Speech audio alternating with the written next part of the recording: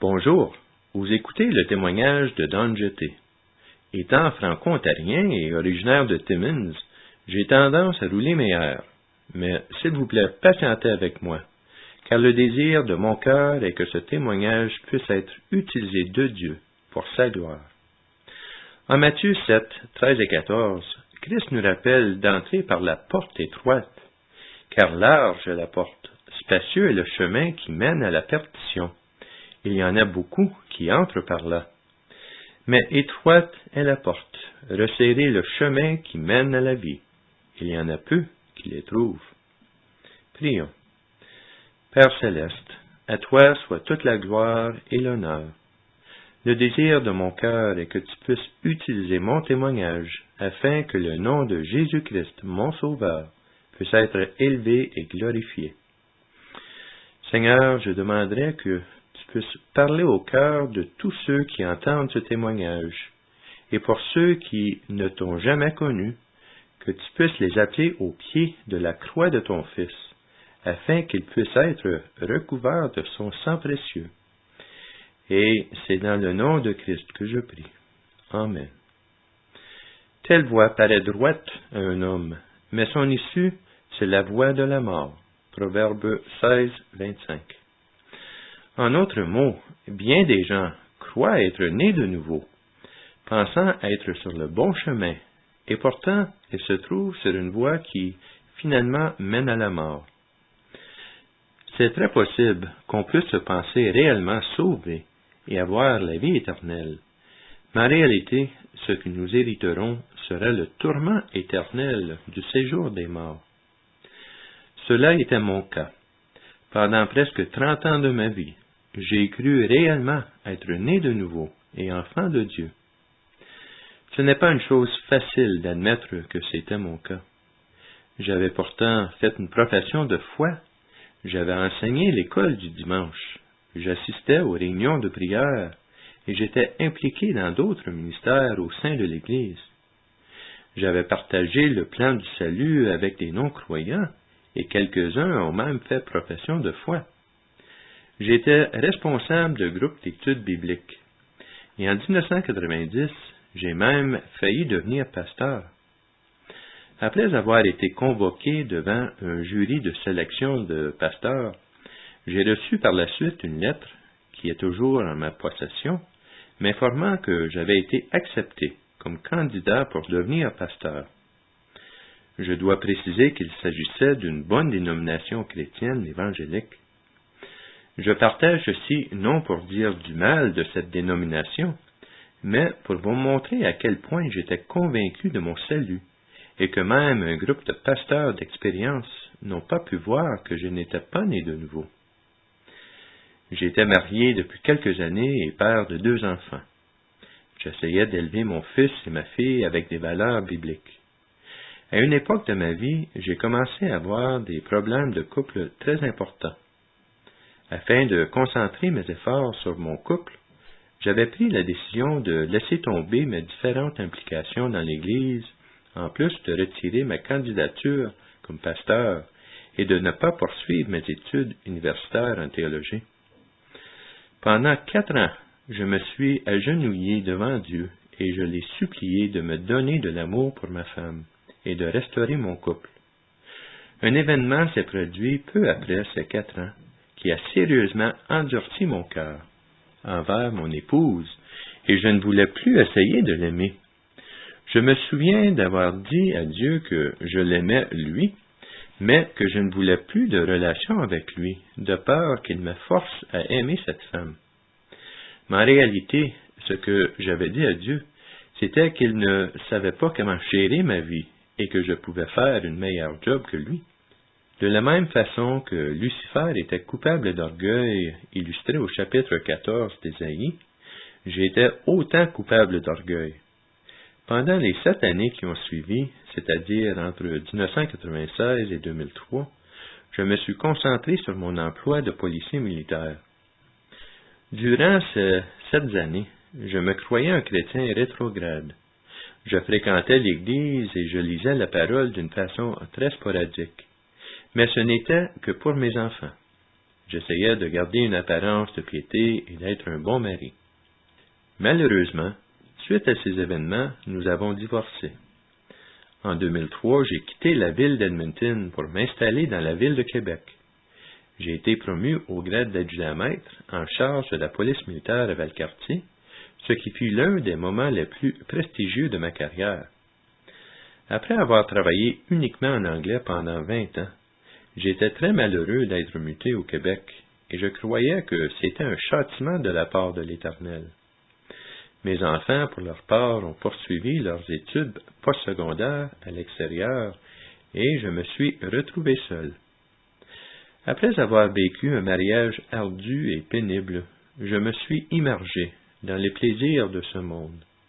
Je consommais les choses de ce monde, la convoitise de la chair, la convoitise des yeux et l'orgueil de la vie, toutes choses qui ne viennent pas de Dieu, mais qui viennent du monde. Pensant toujours que j'étais tout simplement un chrétien rétrograde, j'ai décidé que je devrais au moins recommencer à fréquenter l'Église le dimanche. Mais tout en étant dans le monde le reste de la semaine. Durant ce temps, lors d'un échange avec un ami, je me rappelle, à ma grande honte, d'avoir même renié mon intérêt et mon amour pour Christ.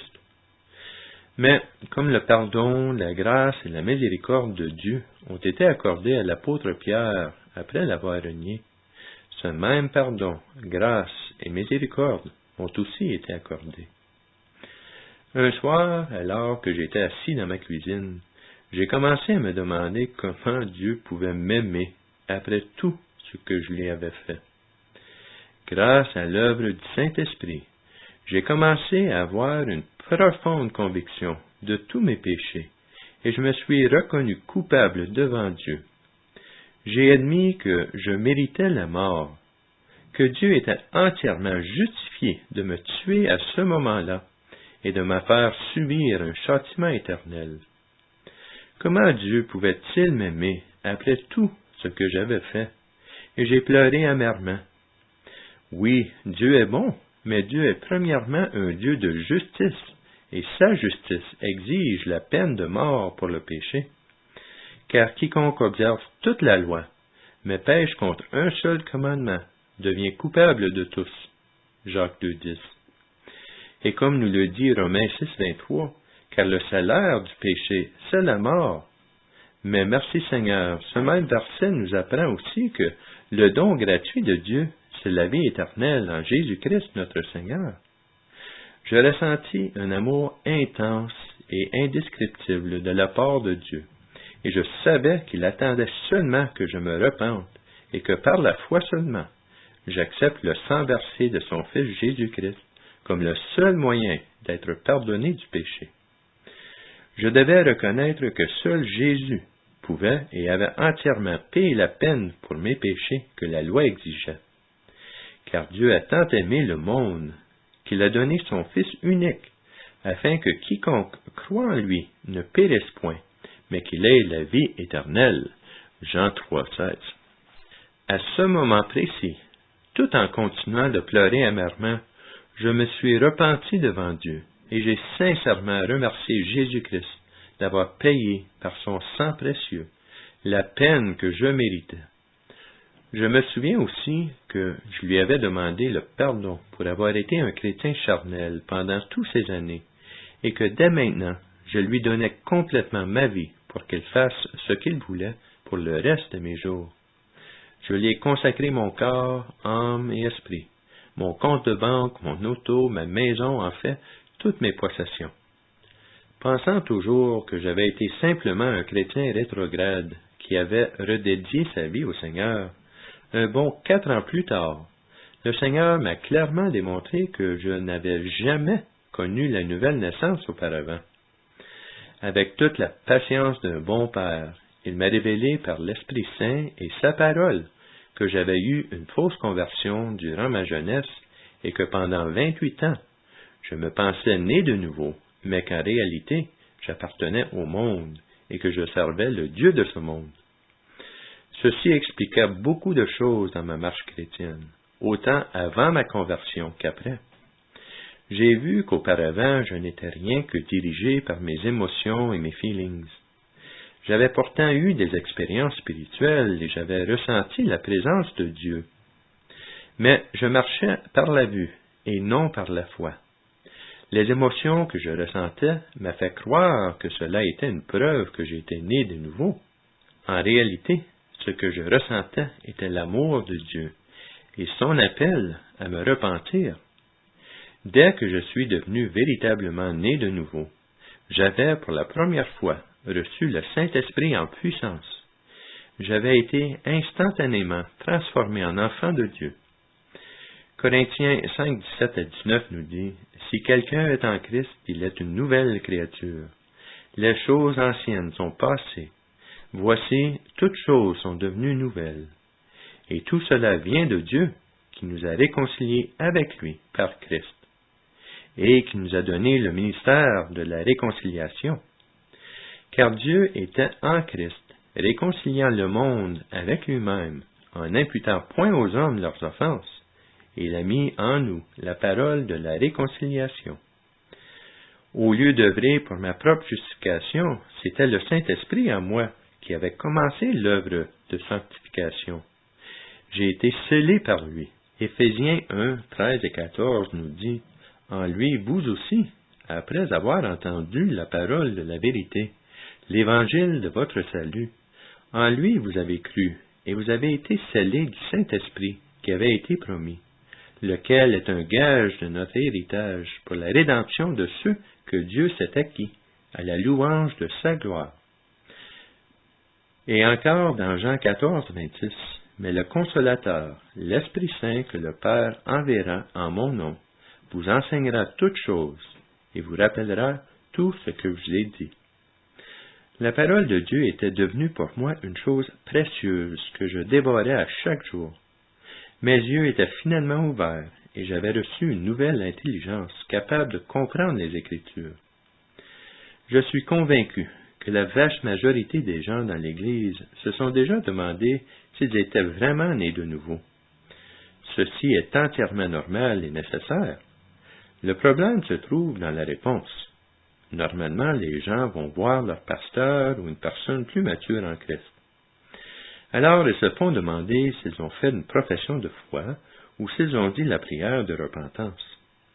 S'ils affirment que oui, ils se font dire qu'ils sont sauvés et que c'est l'œuvre de l'ennemi qui essaie de semer le doute et les rendre moins efficaces dans leur vie chrétienne. Ceci peut être complètement vrai, mais nous ne devons pas nous arrêter à seulement cette possibilité.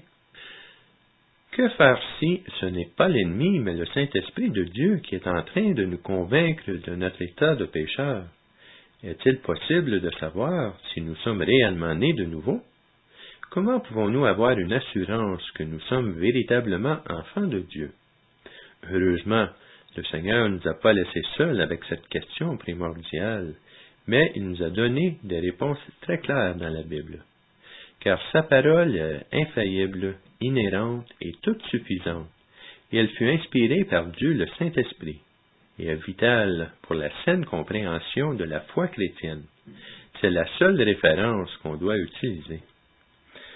Je vous partage mon témoignage dans l'espérance que vous allez vous-même vous examiner afin de savoir si vous êtes réellement dans la lumière. Comme dit l'apôtre Paul aux Corinthiens, examinez-vous vous-même pour savoir si vous êtes dans la foi. Mettez-vous vous-même à l'épreuve. Ne reconnaissez-vous pas que Jésus-Christ est en vous, à moins peut-être que vous ne soyez disqualifiés. 2 Corinthiens 13:5. Comme le dit Jésus-Christ en Matthieu 7, 21, 23, « Ceux qui me disent « Seigneur, Seigneur » n'entreront pas tous dans le royaume des cieux, mais celui-là qui fait la volonté de mon Père qui est dans les cieux. Plusieurs me diront à ce jour-là, « Seigneur, Seigneur, n'avons-nous pas prophétisé par ton nom? N'avons-nous pas chassé des démons par ton nom? Et n'avons-nous pas fait beaucoup de miracles par ton nom? » Alors je leur dirai ouvertement, « Je ne vous ai jamais connus. Retirez-vous de moi, vous qui commettez l'iniquité. » C'est possible que vous vous demandiez comment il est possible de se penser né de nouveau alors que nous ne le sommes pas?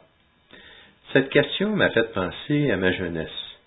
À l'occasion, ma mère achetait un pot de cornichons Bix marinade sucré. Il contenait surtout des morceaux de cornichons, mais aussi quelques morceaux de chou-fleur et quelques petits oignons ronds dans le fond. Quand ma mère plaçait le pot de Bix sur la table, ma sœur et moi cherchions toujours les petits oignons en premier.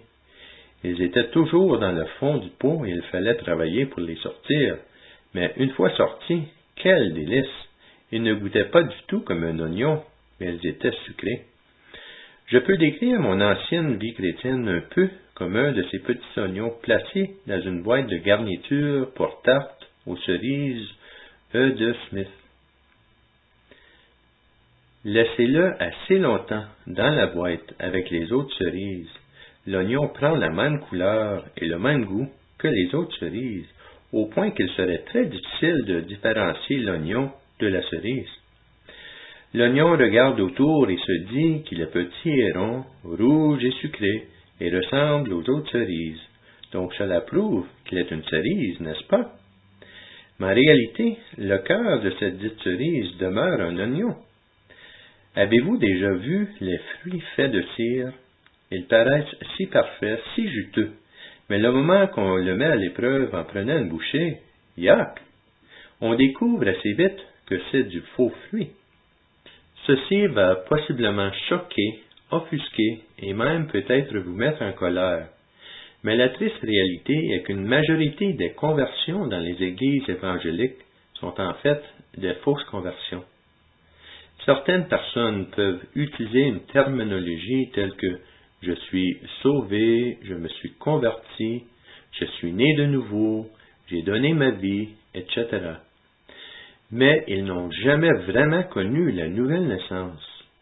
Une des raisons principales est que l'interprétation de l'Évangile a été tellement pervertie et trop simplifiée qu'elle a perdu son vrai sens et les gens expérimentent de plus en plus un faux salut. Ainsi, la plupart ne comprennent pas en profondeur la façon dont une personne est réellement née de nouveau. La sainteté, qui est le résultat du véritable fruit du christianisme, a été rejetée pour un comportement médiocre et mondain, au point que la plupart ne se rendent plus compte à quoi ressemble un vrai chrétien et comment un vrai chrétien doit se comporter. La raison principale du manque de chrétiens véritables dans l'Église est qu'elle a été aveuglée. Lisons l'Épître de Tite, chapitre 3, versets 3 à 7. Car nous aussi, nous étions autrefois insensés, désobéissants, égarés, asservis à toute espèce de convoitise et de volupté, vivant dans la méchanceté et dans l'envie, dignes d'être haïs et nous haïssant les uns les autres.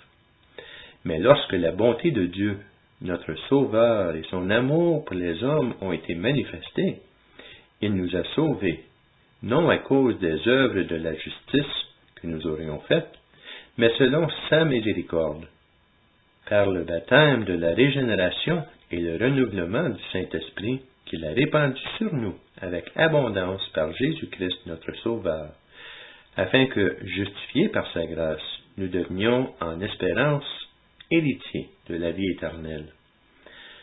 Le but de Satan n'est pas de détruire l'Église de Jésus-Christ, mais de la contrôler.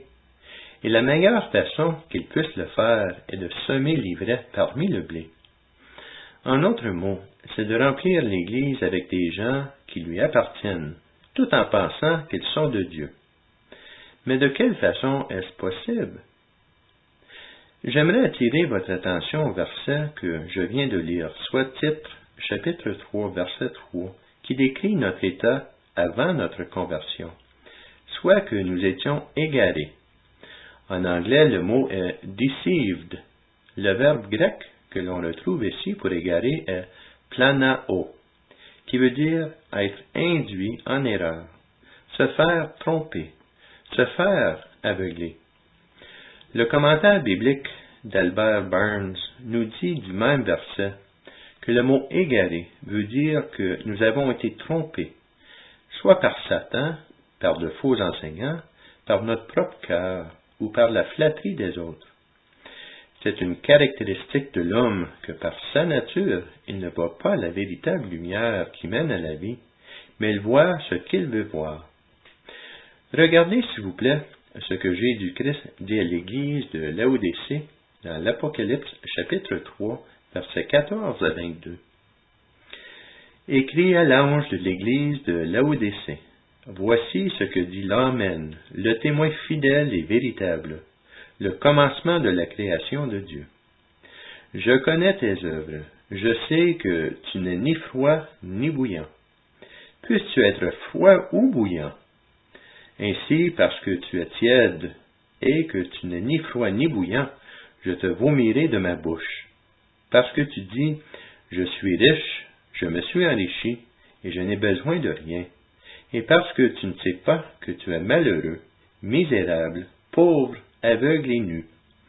Je te conseille d'acheter de moi de l'or éprouvé par le feu, afin que tu deviennes riche, et des vêtements blancs, afin que tu sois vêtu, et que la honte de ta nudité ne paraisse pas, et un collier pour oindre tes yeux, afin que tu vois. Moi je reprends et je châtie tous ceux que j'aime. Aie donc du zèle, et repens-toi. Voici, je me tiens à la porte et je frappe. Si quelqu'un entend ma voix et ouvre la porte, j'entrerai chez lui. Je souperai avec lui, et lui avec moi.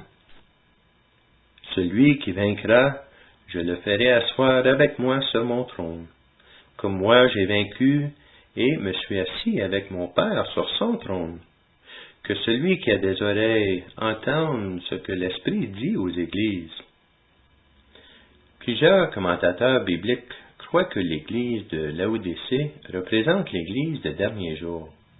M. William MacDonald, dans le commentaire biblique du disciple, cite « Quelle que soit notre interprétation du livre de l'Apocalypse, il est indéniable que l'Église de Laodicée présente un tableau frappant de notre époque. De tous côtés, des chrétiens vivent dans le luxe, alors que des âmes meurent dans l'ignorance de l'Évangile. Au lieu de se charger d'une croix, les croyants portent des couronnes. Le sport, la politique ou la télévision nous passionnent davantage que Christ. Nous réalisons fort peu nos propres besoins spirituels et nous aspirons peu à un véritable réveil. Nous consacrons le meilleur de nous-mêmes à notre carrière, puis le peu d'énergie qui reste au Sauveur. Nous prenons soin surtout de notre corps, qui, pourtant, retournera dans quelques années à la poussière. Au lieu de renoncer à tout, nous accumulons des biens matériels, amassant des trésors sur la terre et non dans le ciel. L'attitude générale est la suivante. Rien n'est trop bon pour le peuple de Dieu. Si je ne me choisis pas, qu'il fera? Améliorons notre situation dans ce monde, tout en consacrant quelques soirées libres au Seigneur. Voici notre état à la veille du retour de Christ. L'Église a toujours eu un certain nombre de faux convertis parmi eux. Mais si vous croyez vraiment que nous sommes à la fin de la fin des temps, il est indéniable que nous sommes dans l'époque de l'Église de Laodicée. Et si cela est le cas, l'Église de nos jours serait caractérisée par une majorité de faux chrétiens. J'aimerais que nous regardions encore au verset 17 du chapitre 3 de l'Apocalypse. Parce que tu dis, je suis riche, je me suis enrichi, et je n'ai besoin de rien. Et parce que tu ne sais pas que tu es malheureux, misérable, pauvre, aveugle et nu. Regardez attentivement et notez que les gens de l'Église ne savaient pas. Ils ne savaient pas qu'ils étaient nus.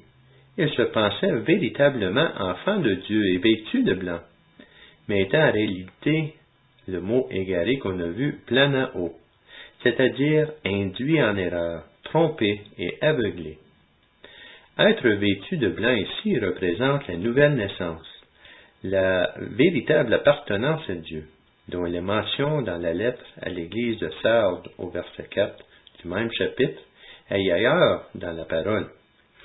Luc 18, 8 nous pose la question. Mais quand le Fils de l'homme viendra, trouverait-il la foi sur la terre? Heureusement, Christ a dit à cette Église au verset 20, « Voici, je me tiens à la porte et je frappe. Si quelqu'un entend ma voix et ouvre la porte, j'entrerai chez lui, je souperai avec lui et lui avec moi. » Romains 10:17 nous rappelle que la foi vient de ce qu'on entend, et ce qu'on entend vient de la parole de Christ. Pourtant, plusieurs personnes veulent entendre des prêches bonbons dans leurs églises. Ils entendent seulement des versets bibliques qui parlent de choses agréables pour l'oreille. Ils préfèrent entendre que Dieu est amour, mais ne veulent pas voir qu'il est aussi un Dieu de justice qui nous commande de sortir du monde, car l'amour du monde est une inimité contre Dieu. Celui donc qui veut être ami du monde se rend ennemi de Dieu. Donc, au lieu de parler de la justice de Dieu, ils entendent parler de la justice sociale. Ils n'entendent jamais parler de péché et le salaire du péché, l'enfer, où le ver rongeur ne meurt point, où le feu ne s'éteint jamais. Car cela pourrait offusquer, et il se pourrait qu'ils ne reviennent plus. Ils ne veulent pas entendre que tous ceux qui veulent vivre pieusement en Jésus-Christ seront persécutés. 2 Timothée 3:12. Mais ils préfèrent entendre qu'en Jésus-Christ, ils seront prospères. Ils utilisent toutes les façons imaginables pour faire entrer les gens dans l'Église et gonfler l'assistance. Au lieu de s'agenouiller devant Dieu et de prier pour le salut des âmes, ils préfèrent utiliser des méthodes de marketing. Ils se disent que si ça fonctionne pour augmenter la clientèle de McDonald's, ça va fonctionner pour augmenter la clientèle de l'Église. Ils se donnent des buts précis et des objectifs à atteindre, exactement comme le fait Walmart. Mais la plupart des églises de nos jours ressemblent plutôt à des clubs sociaux qu'à l'Église de Jésus-Christ. Sous le prétexte qu'ils ne sont pas légalistes, ils n'ont plus la crainte de l'Éternel. Une autre preuve de l'apostasie est la propagation de fausses doctrines. De plus, plusieurs de nos pasteurs, nos anciens, nos diacres, nos missionnaires et les membres dans les églises ne sont pas nés de nouveau. Ils ont l'apparence de la piété, mais renient ce qui en fait la force. Il est tellement triste de constater qu'il y a peu de différence entre les gens du monde et ceux qui professent être chrétiens. Examinez-vous vous-même. À part d'aller à l'église, est-ce que vous vivez différemment de vos voisins, de vos collègues de travail? Quand vous vous réunissez en famille, est-ce que vous agissez différemment de votre parenté qui ne sont pas chrétiens? Est-ce qu'il y a une différence dans vos conversations, vos choix de films et émissions de télévision, votre musique, vos passe-temps, votre navigation sur le web, vos dépenses? De plus en plus, les chrétiens se tournent vers la psychologie pour répondre à leurs besoins émotionnels, au lieu d'utiliser des solutions bibliques pour guérir les âmes. Certaines églises recherchent un leader qui possède tous les prérequis du président-directeur général tel que Ford ou Toys R Us. Il n'y a aucune mention que leur pasteur doit être un homme pieux qui possède et enseigne une saine doctrine. Un homme qui passe beaucoup de temps à lire et étudier sa Bible. Un homme qui s'agenouille régulièrement et prie, qui cherche la volonté de Dieu pour lui et pour son Église. Dans un article du Christian Post du 4 avril 2008, la journaliste Audrey Berrick rapporte qu'une nouvelle étude sur le taux de divorce parmi les chrétiens s'identifiant comme étant nés de nouveau était identique à la population en général des États-Unis. La majorité des gens qui s'identifient comme étant nés de nouveau ne le sont pas. Donc, il n'y a aucune différence entre le taux de divorce des dits chrétiens, car ils ne sont pas seulement dans le monde, mais ils sont du monde. J'ai été tellement étonné quand Dieu a ouvert mes yeux et j'ai réalisé à quel point de nombreuses paroles de Christ font allusion aux vraies et aux fausses conversions. Comme la parabole de l'ivraie dans Matthieu chapitre 13 dépeint les faux chrétiens qui professent mettre leur foi en Christ, mais qui ne sont jamais vraiment convertis, Et la déclaration solennelle de Christ au verset 30, laissez croître ensemble l'un et l'autre, jusqu'à la moisson. Et, à l'époque de la moisson, je dirai au moissonneur, arrachez d'abord l'ivraie, et liez-la en gerbe pour la brûler. Mais amassez le blé dans mon grenier. Comme le dit Jésus-Christ en Matthieu 7, 21-23, ceux qui me disent « Seigneur, Seigneur », n'entreront pas tous dans le royaume des cieux, mais celui-là qui fait la volonté de mon Père qui est dans les cieux. Plusieurs me diront en ce jour-là, « Seigneur, Seigneur, n'avons-nous pas prophétisé par ton nom? N'avons-nous pas chassé de démons par ton nom? Et n'avons-nous pas fait beaucoup de miracles par ton nom? » Alors je leur dirai ouvertement, « Je ne vous ai jamais connu. Retirez-vous de moi, vous qui commettez l'iniquité. » Pour illustrer cette vérité, j'aimerais attirer votre attention sur une des douzaines d'exemples.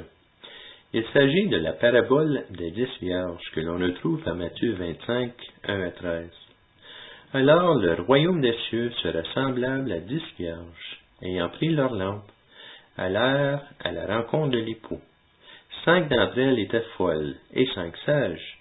Les folles, en prenant leur lampe, ne prirent point d'huile avec elles, mais les sages prirent avec leur lampe de l'huile dans des vases. Comme l'époux tardait, toutes s'assoupirent et s'endormirent. Au milieu de la nuit, on cria, « Voici l'époux, allez à sa rencontre. » Alors toutes ces vierges se réveillèrent et préparèrent leurs lampes. Les folles dirent aux sages, « Donnez-nous de votre huile, car nos lampes s'éteignent. » Les sages répondirent, « Non, il n'y en aurait pas assez pour nous et pour vous. Allez plutôt chez ceux qui en vendent et achetez-en pour vous. » Pendant qu'elle allait en acheter, l'époux arriva. Celles qui étaient prêtes entrèrent avec lui dans la salle des noces, et la porte fut fermée. Plus tard, les autres vierges vinrent et dirent, « Seigneur, Seigneur, ouvre-nous. » Mais il répondit, « Je vous le dis en vérité, je ne vous connais pas. Veillez donc, puisque vous ne savez ni le jour, ni l'heure. » La majorité des commentaires bibliques expliquent que les 5 vierges sages représentent les vrais disciples de Christ. Les lampes évoquent la profession de foi. L'huile est généralement assimilée au Saint-Esprit. Les vierges folles désignent ceux qui professent mettre leur espoir dans le Messie, mais qui ne sont jamais vraiment convertis, et qui par conséquent n'ont jamais reçu le Saint-Esprit. Christ lui-même est l'époux. Le temps d'attente couvre la période qui sépare ces deux venues. Le fait que les 10 vierges soient assoupies montre qu'extérieurement, peu de choses les différencient. Malheureusement, je n'ai pas le temps de tout examiner l'épreuve, mais je vous invite à faire vos propres recherches bibliques et comme les Béréens d'Acte 17, d'examiner les Écritures pour déterminer vous-même si les choses que je vous dis sont vraies. Vous pouvez commencer par exemple par l'Évangile de Matthieu et de lire attentivement les paraboles de Christ à ce sujet. Il y a plusieurs fausses raisons de suivre Christ, telles que pour la prospérité, la fin de la souffrance, avoir été élevé dans une famille chrétienne, le salut gratuit, etc. Avant de regarder qu'est-ce que c'est vraiment la nouvelle naissance, regardons quelques mauvaises conceptions du salut. 1. Les œuvres, gagner notre ciel. Éphésiens 2, 8 et 9 nous dit, « Car c'est par la grâce que vous êtes sauvés, par le moyen de la foi, et cela ne vient pas de vous, c'est le don de Dieu. Ce n'est point par les œuvres, afin que personne ne se glorifie. » 2. Gardez les 10 commandements. Romains 3, 19 et 20. Or, nous savons que tout ce que dit la loi, elle le dit à ceux qui sont sous la loi, afin que toute bouche soit fermée, et que tout le monde soit reconnu coupable devant Dieu. Car nul ne sera justifié devant lui par les œuvres de la loi, puisque c'est par la loi que vient la connaissance du péché. Être légaliste est d'essayer de gagner notre ciel en essayant de garder la loi et les commandements de Dieu. Malheureusement, le mot légaliste a été pris hors contexte et est devenu un reproche envers les véritables chrétiens. Pour les véritables légalistes, Jacques 2,10 nous dit « Car quiconque observe toute la loi, mais pêche contre un seul commandement, devient coupable de tous. » Romains 3,23 « Car tous ont péché et sont privés de la gloire de Dieu. » Et finalement, Romains 3, 27 et 28. Où donc est le sujet de se glorifier? Il est exclu. Par quelle loi? Par la loi des œuvres? Non, mais par la loi de la foi. Car nous pensons que l'homme est justifié par la foi, sans les œuvres de la loi. Numéro 3. Vivre une bonne vie. Je m'excuse, mais vous connaissez tous des non-chrétiens qui vivent une bonne vie, souvent meilleure que les dits chrétiens. Romains 3, 9 à 19. Quoi donc? Sommes-nous plus excellents? Nullement, car nous avons déjà prouvé que tous, juifs et grecs, sont sous l'empire du péché, selon qu'il est écrit, « Il n'y a point de juste, pas même un seul. Nul n'est intelligent, nul ne cherche Dieu. Tous sont égarés, tous sont pervertis. Il n'en est aucun qui fasse le bien, pas même un seul. Leur gosier est un sépulcre ouvert. Ils se servent de leur langue pour tromper. Ils ont sous leurs lèvres un venin d'aspic. Leur bouche est pleine de malédiction et d'amertume. Ils ont les pieds légers pour répandre le sang. La destruction et le malheur sont sur leur route. Ils ne connaissent pas le chemin de la paix. La crainte de Dieu n'est pas devant leurs yeux. Or, nous savons que tout ce que dit la loi, elle le dit à ceux qui sont sous la loi, afin que toute bouche soit fermée, et que tout le monde soit reconnu coupable devant Dieu. Romains 3, 23, car tous ont péché et sont privés de la gloire de Dieu. Et encore Romains 6, 23, car le salaire du péché, c'est la mort, mais le don gratuit de Dieu, c'est la vie éternelle en Jésus-Christ notre Seigneur. Ce n'est pas une religion, une tradition ou même le fait d'aller à l'église qui sauve. L'homme regarde à l'apparence externe, mais Dieu regarde au cœur. Le Seigneur dit, « Quand ce peuple s'approche de moi, il m'honore de la bouche et des lèvres, mais son cœur est éloigné de moi, et la crainte qu'il a de moi n'est qu'un précepte de tradition humaine. » Ésaïe 29, 13. Numéro 4. Parler en langue. Plusieurs pensent que parler en langue est le signe externe qu'ils sont nés de nouveau. Mais ce n'est pas ça qui confirme que nous sommes nés de nouveau.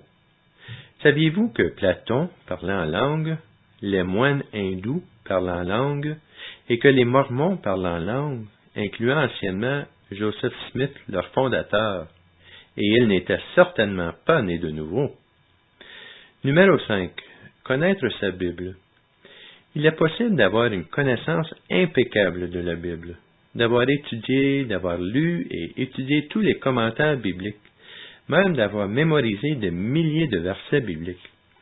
Mais comme les pharisiens, les scribes ou les anciens docteurs de la loi, cela ne nous fait pas enfants de Dieu, car nous avons déjà vu dans Ésaïe que Dieu regarde au cœur et non aux connaissances. 1 Corinthiens 3, 18, 19. Si quelqu'un parmi vous pense être sage selon ce siècle, qu'il devienne fou afin de devenir sage, car la sagesse de ce monde est une folie devant Dieu. 6. Faire la prière de repentance. Ce concept a lentement débuté au 19e siècle et s'est répandu dans le 20e siècle, grâce aux évangélistes et téléévangélistes. La triste réalité est que les sondages démontrent que la majorité des personnes ayant dit cette prière ne marchent plus avec le Seigneur après 1 an, et que plusieurs autres qui ont, semblement, persévéré, pratiquent seulement une religion et ne portent pas de véritables fruits.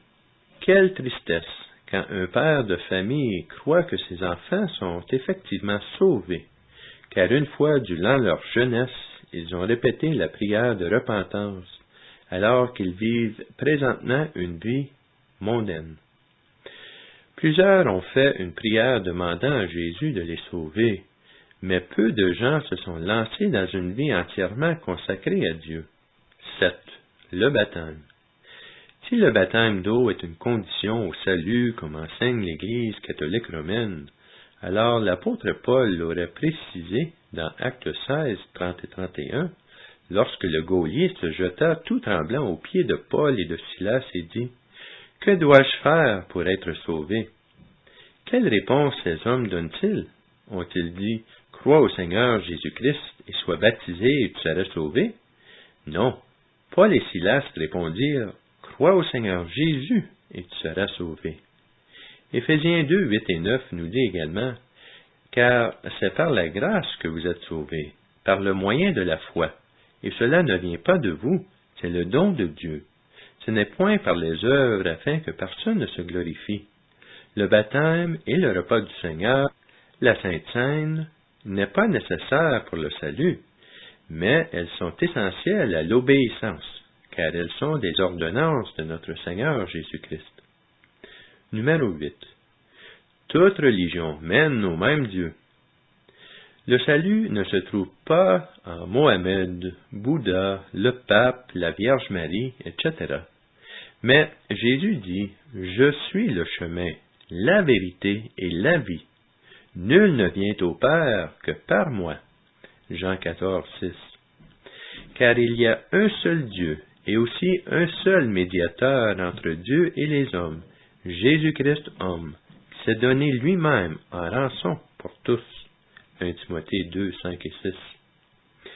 Je pourrais faire mention d'une multitude d'autres mauvaises conceptions du salut, telles que s'appuyer sur nos feelings ou sentiments, la sincérité d'une personne, etc. Mais je crois qu'il suffit de répéter les paroles de l'apôtre Paul aux Romains, chapitre 3, verset 28. « Voici donc ce que nous affirmons. L'homme est déclaré juste par la foi, sans qu'il ait à accomplir les œuvres qu'exige la loi. » Maintenant, comment savoir avec certitude que l'on est vraiment né de nouveau? Lisons Matthieu 7, 13 à 27.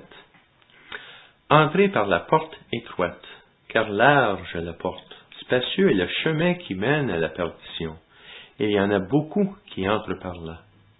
Mais étroite est la porte, resserrez le chemin qui mène à la vie, et il y en a peu qui les trouvent. Gardez-vous des faux prophètes, ils viennent à vous en vêtements de brebis, mais au-dedans ce sont des loups ravisseurs. Vous les reconnaîtrez à leurs fruits. Cueille-t-on des raisins sur des épines ou des figues sur des chardons? Tout bon arbre porte de bons fruits, mais le mauvais arbre porte de mauvais fruits. Un bon arbre ne peut porter de mauvais fruits, ni un mauvais arbre porter de bons fruits. Tout arbre qui ne porte pas de bons fruits est coupé et jeté au feu. C'est donc à leurs fruits que vous les reconnaîtrez. Ceux qui me disent « Seigneur, Seigneur » n'entreront pas tous dans le royaume des cieux, mais celui-là seul qui fait la volonté de mon Père qui est dans les cieux. Plusieurs me diront à ce jour-là « Seigneur, Seigneur, n'avons-nous pas prophétisé par ton nom? N'avons-nous pas chassé des démons par ton nom? Et n'avons-nous pas fait beaucoup de miracles par ton nom? » Alors je leur dirai ouvertement « Je ne vous ai jamais connus, retirez-vous de moi, vous qui commettez l'iniquité. » C'est pourquoi quiconque entend ces paroles que je dis et les met en pratique sera semblable à un homme prudent qui a bâti sa maison sur le roc. La pluie est tombée, les torrents sont venus, les vents ont soufflé et se sont jetés contre cette maison.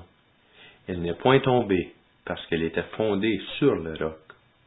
Mais quiconque entend ces paroles que je dis et ne les met pas en pratique sera semblable à un homme insensé qui a bâti sa maison sur le sable. La pluie est tombée, les torrents sont venus, les vents ont soufflé et ont battu cette maison. Elle est tombée et sa ruine a été grande. En résumé, c'est par leurs fruits qu'on peut différencier et reconnaître les vrais et les faux chrétiens. Si vous avez vraiment à cœur de connaître la vérité, de posséder l'assurance que vous êtes un enfant légitime de Dieu, sans plus tarder, je vous invite à vous agenouiller devant l'Éternel et lui demander qu'il vous montre clairement l'état de votre cœur. Commencez par l'étude de la première épître de Jean, et par la prière, demandez à Dieu qu'il puisse vous éclairer. Dans le livre de 1 Jean, vous allez voir toutes les caractéristiques du vrai chrétien, et c'est par ces caractéristiques que vous allez confirmer que vous êtes réellement enfant de Dieu. Matthieu 6, 23-24 nous dit, « Mais si tes yeux sont malades, tout ton corps sera plongé dans l'obscurité. Si donc la lumière qui est en toi est obscurcie, dans quelles ténèbres profondes te trouveras-tu? » Nul ne peut être en même temps au service de 2 maîtres, car il détestera l'un et aimera l'autre, ou bien il sera dévoué au premier et méprisera le second. Vous ne pouvez pas servir en même temps Dieu et l'argent. Ne soyez pas égarés ou trompés par Satan, par de faux enseignants, par votre propre cœur ou par la flatterie des autres. N'oubliez pas l'exhortation de l'apôtre Paul aux Corinthiens de vous examiner pour savoir si vous êtes dans la foi, de vous mettre vous-même à l'épreuve. Si vous avez passé l'épreuve, gloire à Dieu. Mais si vous n'avez pas passé l'épreuve, tournez-vous vers Dieu et demandez-lui le pardon et reconnaissez que son Fils, Jésus-Christ, a complètement payé la peine que la justice de Dieu exigeait de votre péché. Et par une simple foi d'enfant, acceptez le don gratuit de son précieux sang versé pour vous. Dans Ésaïe 53, 3 à 6, nous lisons « Méprisés et abandonnés des hommes, hommes de douleur et habitués à la souffrance, semblable à celui dont on détourne le visage, nous l'avons dédaigné. Nous n'avons fait de lui aucun cas. Cependant, ce sont nos souffrances qu'il a portées.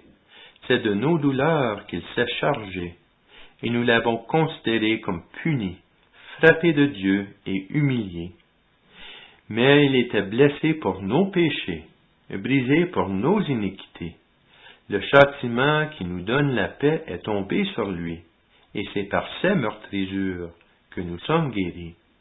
Nous étions tous errants comme des brebis, chacun suivait sa propre voie, et l'Éternel a fait retomber sur lui l'iniquité de nous tous. Si votre Église semble être plus dans le monde que dans la saine doctrine, je vous encourage à demander à Dieu qu'il vous aide à trouver une Église qui prêche la bonne nouvelle et qui enseigne une saine doctrine. Merci d'avoir patiemment écouté mon témoignage. Sachez que je prie pour tous ceux qui entendront ce message. À lui la gloire. Amen.